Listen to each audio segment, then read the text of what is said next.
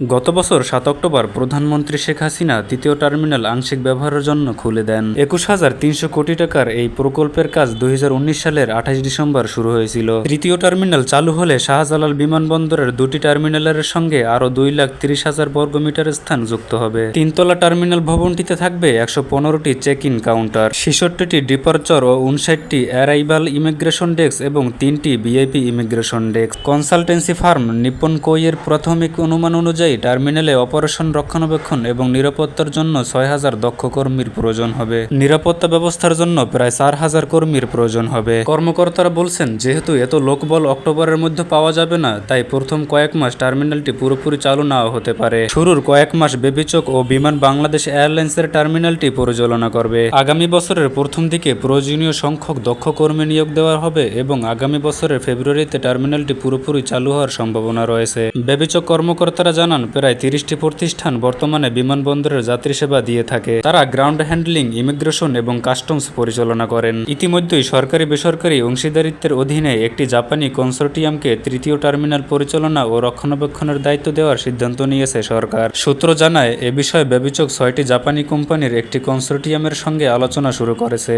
তবে আনুষ্ঠানিকতা শেষ করতে প্রায় ১ বছর সময় লাগতে পারে। একজন লেনদেন উপদেষ্টাকে নিয়োগ দেওয়া হয়েছে। তিনি একটি প্রতিবেদন তৈরি করেছেন, সেটি তিনি এপ্রিল মাসে বেবিচককে দেবেন। প্রতিবেদনে সবকিছু ঠিকঠাক থাকলে আগস্টের মধ্যে গ্রাউন্ড হ্যান্ডলিং সেবা প্রদানে আগ্রহী জাপানি কনসোর্টিয়ামের সঙ্গে একটি চুক্তি সই হবে বলে জানা গেছে। জাপানি ফার্ম প্রস্তুত না হওয়া পর্যন্ত টার্মিনাল ৩ আংশিকভাবে চালু থাকবে। টার্মিনালের কার্যক্রম সম্পর্কে অক্টোবরের ঘোষণা দেবে বেবিচক। মফিদুল বলেন, আমরা নিজেরাই কাস্টমস এবং ইমিগ্রেশন পরিচালনা করব।